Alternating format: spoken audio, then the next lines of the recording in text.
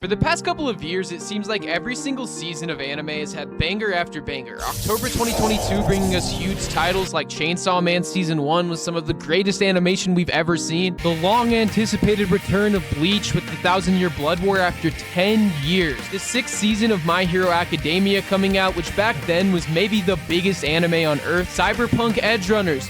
Blue Lock. But in the face of all of those bangers, one anime ruled them all. The Eminence in Shadow, the edgy teenager's wet dream, everything that is bad about isekai done in the best way. I'm joking.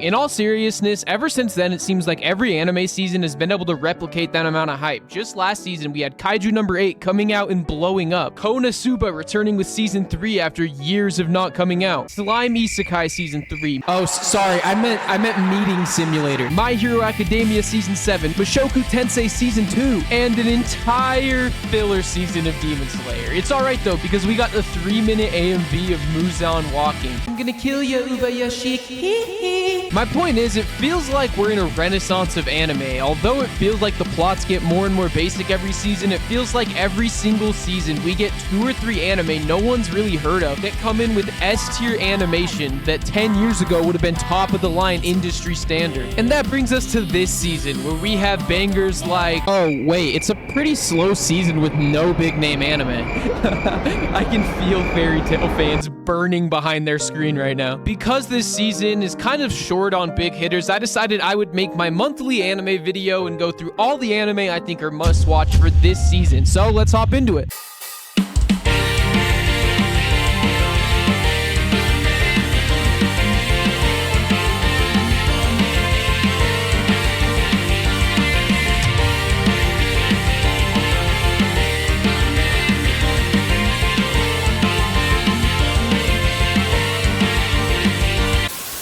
There'll be light spoilers for the first episode of each of these animes, but not really big spoilers because it's just episode 1. And while you're here, hit subscribe. 99% of people who watch these videos aren't subscribed, so do me a favor, hit that button.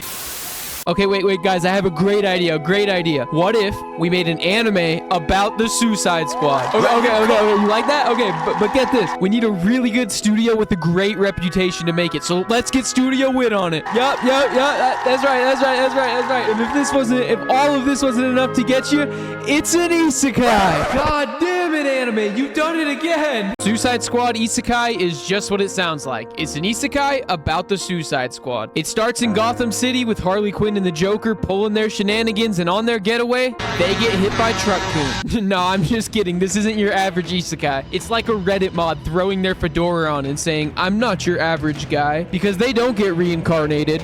Amanda Waller sends them through a portal to another world, and that's when the fedora comes off and it becomes every basic isekai. But this time, we have Harley Quinn, Deadshot, Clayface, and Baghead. Wait, who's that? Oh, that's Peacemaker? And my personal goat, King Shark. Here's what I'll say. As far as an isekai goes, it's one step above the other isekai from this season, which isn't really saying much. If you enjoyed the Suicide Squad and you like isekai, you'll probably enjoy this because it combines all the cool characters of the Suicide Squad with the brain rot that is isekai. Do I wish that if they were gonna do a Suicide Squad anime, it'd just be set in Gotham and not an isekai? Yes. Or okay, imagine we just get like a basic bland isekai protagonist like a Kazuma or a Tsukamichi, and they just get teleported into Gotham and they need to find their way, and they're just like, what the hell is this? Either way, I do think this would be pretty good, and I'm gonna watch the whole thing. It's streaming on Hulu and HBO Max if you want to go check it out.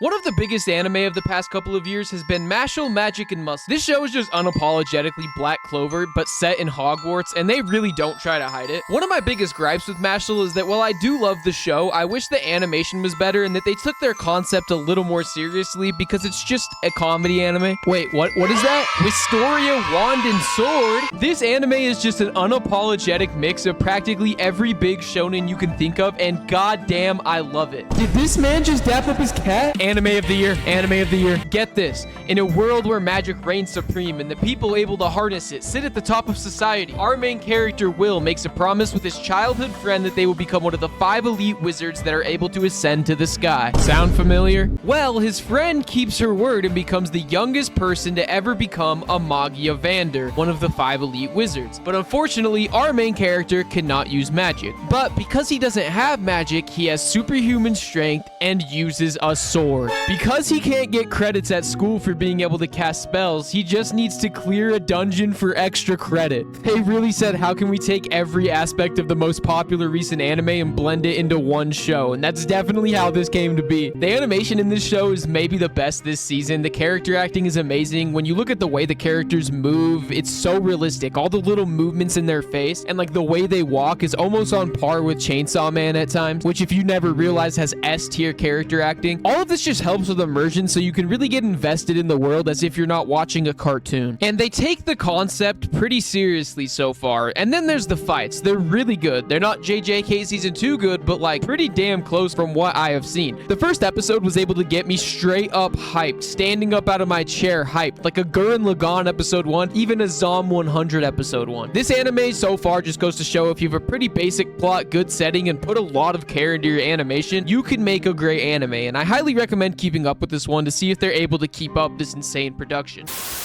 If you've been around for any of my anime videos, you'll know one thing. I love myself a good samurai anime.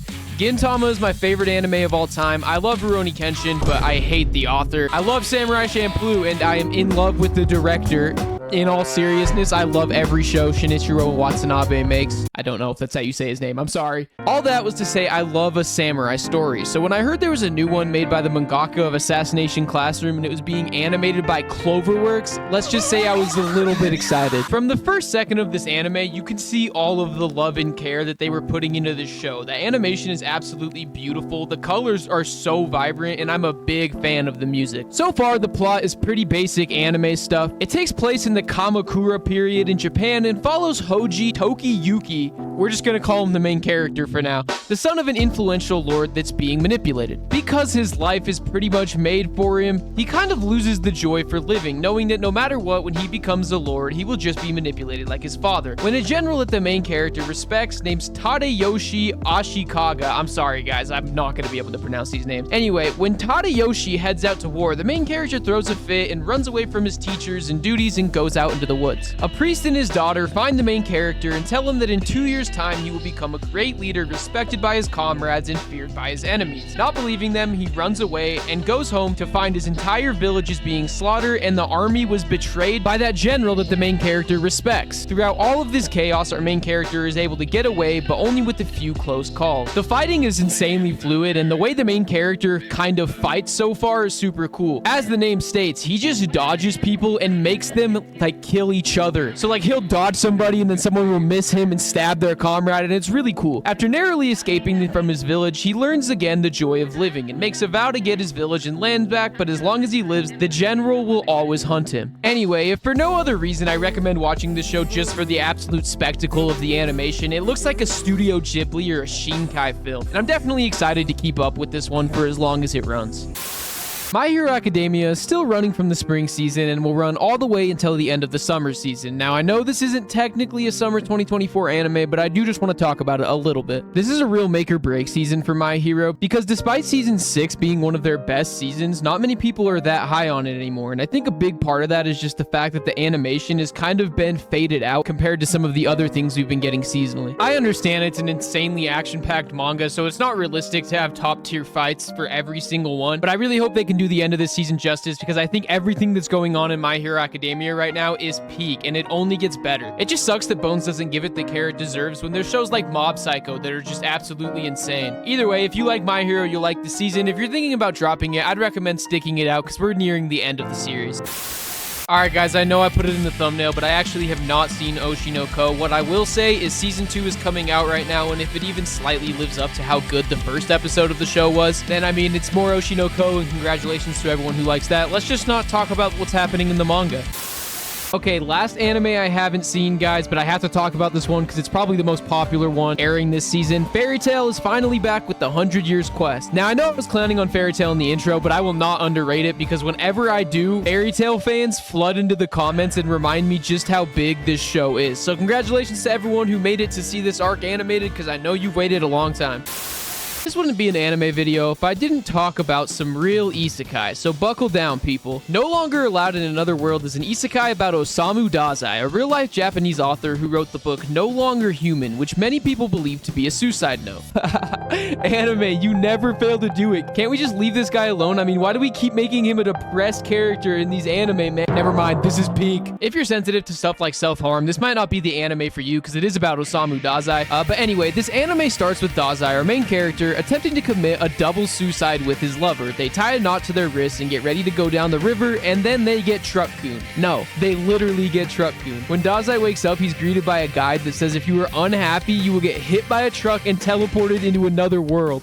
I can't make this shit up. They literally made truck-coon canon. This is the isekai of the year. Mushoku Tensei, trash. Slime isekai, get that out of here. ReZero, no shot. None of these made truck-coon canon. His actual goal is to try to find his lover that also got truck-cooned so they could commit a double suicide. There's been this trend lately of his isekaiing historical figures, and I'm honestly here for it. This is my pick for the basic isekai I'm looking forward to most, and Catgirl.